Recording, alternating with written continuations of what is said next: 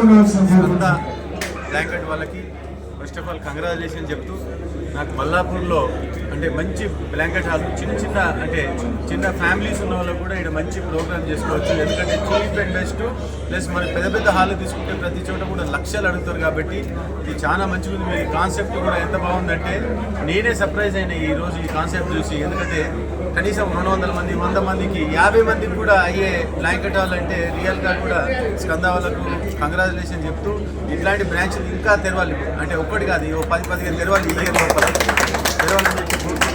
Thank you అండి. Thank you sir. Thank you అండి.